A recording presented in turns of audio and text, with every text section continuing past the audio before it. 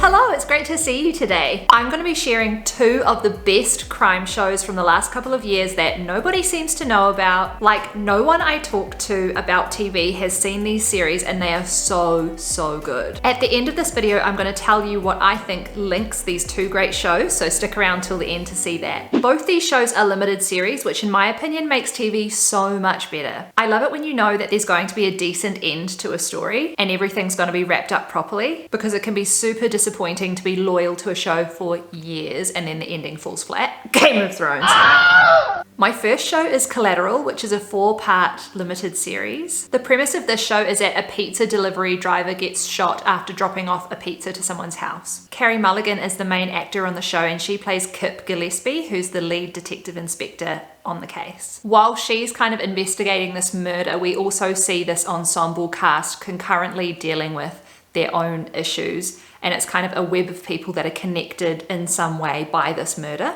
These are people whose lives have been impacted by or who have somehow influenced what has happened in terms of this murder. What's great about this show is that it looks at macro political decisions and inaction, the refugee crisis in London and in the UK more broadly, and how decisions that are made in ivory towers affect the daily lives of people who are at ground level. The commentary on these issues is woven into the conversations and lives of the characters without being too boring, because the crime-solving questions and tensions just keep ramping up. Gillespie is an amazingly written character as well. She has a really direct, measured way of talking to people, which I find really inspirational because I would like to be able to talk to people the way she does sometimes. She's also on the side of the downtrodden and she really does her best to try and help them beyond just platitudes of, oh, good luck, I'll be thinking of you.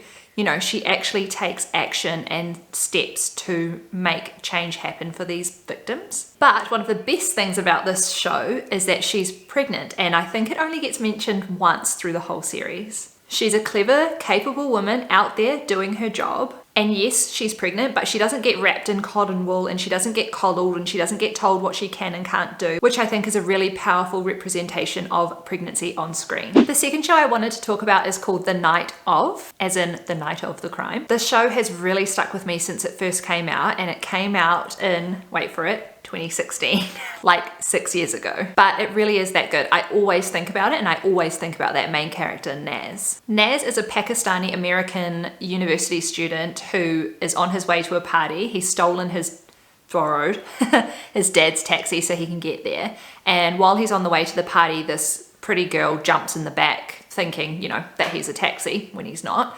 And though he tries to like get her out of the cab and stuff, she doesn't really want to hear it. And they end up taking drugs and sleeping together. He wakes up in her bed and she's lying next to him, stabbed to death. And of course, Naz is arrested, and the rest of the show is about him trying to clear his name and also the process of what happens to him once he gets arrested. His state-provided lawyer is like this grumpy but really clever guy who he's going through his own health issues and stuff like that. He works really hard to get Naz's name cleared. He's a great character in his own right, and he seems to think that Naz is innocent and believe, you know, that he is innocent. So he starts going about collecting evidence of his own to kind of fight the case. In the meantime, Naz goes to prison, and the show follows the experiences he has there and the things that he has to do to survive. This show is really good at revealing bits of information just at the right time, so you think, oh my gosh, all hope is lost, or you think, oh good, there's a way out for Naz. It can be quite dark and grim watching because the subject matter is quite heavy, but I think it's worth watching because it has a really important overarching kind of idea, which is how much is someone shaped by the environment that they're in. I watched an excellent video while I was just doing research for this, and I'll link it somewhere, where a clinical psychologist talks about mental health in the show. And he says, if you put someone in an inhumane situation, they're going to act in inhumane ways. And that kind of explains, I guess, what happens to Naz when he goes to prison. And both these shows are truly brilliant. I'm not a massive crime or police procedural fan or anything. I just really like good quality programming, whatever the genre.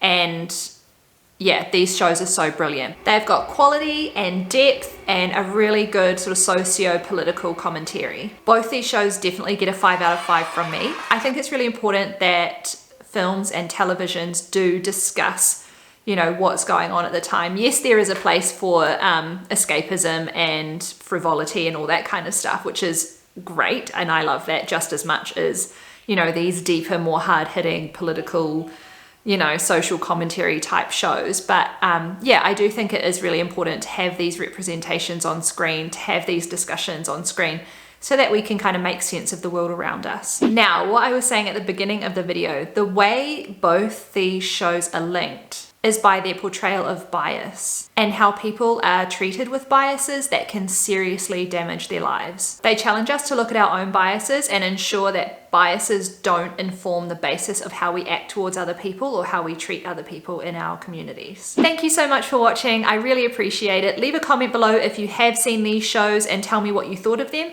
If you haven't seen these shows, go watch them, come back, and then leave me a comment as well. Also leave a comment down below if there is something you want me to review. Otherwise, I'll see you soon.